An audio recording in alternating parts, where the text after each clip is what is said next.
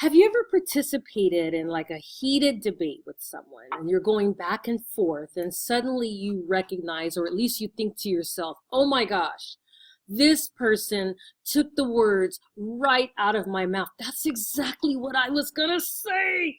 And you sort of feel like you've been stripped of something or that you're at a loss of words. Well, there's a reason for that. So today what we're gonna talk about is refining your craft, addressing the skepticism, doing this before the other person does it to you. So how do you strengthen your argument with the counter argument? This is Ms. Miller, and today we're going to take a look at that. So the first thing is you want to recognize the skepticism. You want to get the holes in your argument before anyone else does. So for example, let's say you hold something true to your heart. You feel like, you know what, we should not read books in an English class that are offensive in terms of the language. It's culturally insensitive, right?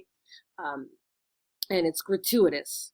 So you may say that may be how you feel, and you feel very strongly about it.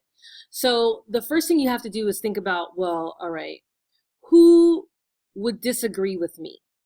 What group of people would not be on my side? I'm sure you've heard of the idea, keep your friends close, but your enemies closer. When you're doing this whole idea of taking a close look at your counter argument, you want to keep those who agree with you close, but the ones who disagree, you want to sort of keep them closer. Use them as a tool to help you strengthen your argument. So let's say, for example, you feel like maybe you're reading something and the language is gratuitous and it's culturally insensitive, and you may say it shouldn't be done. But then you have to think about the other side. And so a counter argument is defined as something that is counter to what you believe, right? So if you feel like it's not okay, then the other side, you feel like it should be used. And so now you have to think, well, gosh, why would anyone think that it's okay to do that? What group of people would be okay with it? Well, perhaps you might be thinking of those who developed the curriculum themselves, and they've included this text because it's a part of the literary canon, and they believe it's a rich piece of literature, and that it should be included because it was a mirror or a reflection of the time. And so so now you're thinking of it, you want to be objective, you want to be fair, so you want to think of it before they say it. So if you say to yourself, gosh, you know what, I just strongly feel like we should not be reading a text that is so offensive. But I get that you might understand that it's or you might believe that it's a part of the literary canon and it's a rich piece of literature. Or I recognize the value of the literary canon and that it's included of that, right? Or it's a part of that. So you're recognizing it. So you're showing like, hey, I'm versatile.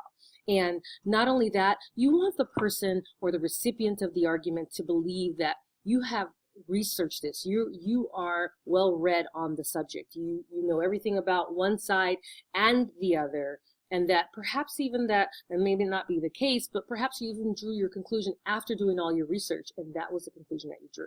Even if you came up with it before, that's okay too. So how do you handle the counter argument? You literally have to turn your back on your own claim. So if I feel like, you know, we shouldn't read this type of text, it's too offensive, it's inappropriate for this grade level, these kids are not mature enough to handle it, right? I literally have to turn my back on it, and I'm going to pretend as if I believe the other side, and I'm going to study the other side even better than my opponent has. So I'm so well versed on all the things that they've already thought about, and I'm using that as a tool or equipment to help equip me to argue my side. I think of it like a basketball game or practice, and you're preparing for your competition, and you've tried all of the things that the other side is going to do, and you know how they're going to come at you because you studied how they've played the game. You've watched all this game film, so you studied it.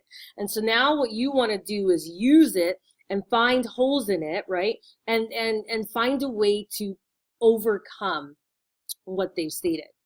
So identify who specifically will agree and why. Evaluate for strengths and weaknesses, whether it's true or false. And you got to think about how you're going to develop the approach. You have to be willing to step into the other person's shoes. And it's so hard to do because you feel so passionate about your topic. You feel so passionate about how you feel. And you know what I notice is sometimes we are so quick to disagree, but if we listen to the other side, we might go, oh my gosh, I think we actually agree with each other. I just never heard your side, right? So you have to be willing to look, you have to be unbiased, you have to be impartial. You almost have to take when you turn your back or take a day away from your claim and really just examine the other side. And then once you turn your back on your claim, once you set up the practice where you're attacking, or they've set up all of the positions and you're attacking the other side, now you reaffirm your claim. Now you respond with something very strong.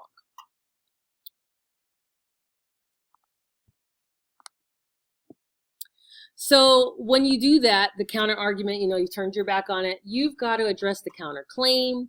You've got to address the counter evidence because you want to be thorough, right?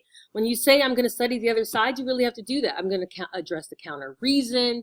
I'm going to look at the counter warrant. So you have to have something for all of that, right? The counterclaim is that perhaps it's a part of the literary canon. The counter evidence is that it's been used over and over again. The counter reason is because it is valuable. And the counter warrant is that kids are mature enough to handle it. So you have to look at everything, and that takes time. So some tips for the counter argument is you want to show that you're being reasonable, you're using reason, and you're being logical. And sometimes if you pick a popular counter argument, like a lot of other people would say, yeah, that's how I would, that's the argument that I would think that would be opposing to what you think, then people would buy into it more. And sometimes you have to be sarcastic. You have to use sarcasm for the counter argument to expose the weakness. Like, for example, if we go back to this idea of some literary texts might be too explicit for kids. So if I were presenting this argument, I would say, I would find a way to include some sarcasm and say, well, you are what you read. Well, nobody wants to be offensive, right? Nobody wants to be using gratuitous language. So you mean I am that? So that's one way to address the counter argument. So attacking the counter argument, you present the counter argument early to gain immunity from attacks, right? So if I do it before you do it, then what do you have, right? You want to label the counter argument or relabel the counter argument to minimize the impact. So you want to reframe it, right? So if you're talking about, oh, people shouldn't use pennies, you might say, oh, those are just minuscule moments. It's a minor interruption. It's a momentary distraction. So you reframe it so that the counter argument seems like obsolete, right? It's insignificant. And then for this argument about the literary canon, you can always say, you know what, that would make a great summer reading, right? And so now we're not reading it in class, and it's something you could do on your own time. So that's a great way to minimize or reframe or repackage the counter argument, so it seems insignificant. So again, we talked about refining your craft and addressing the skepticism and really taking the ammunition from your opponent by taking their counter argument and using it for your own self, using it in your own argument before they can even do it. That's it. Thanks.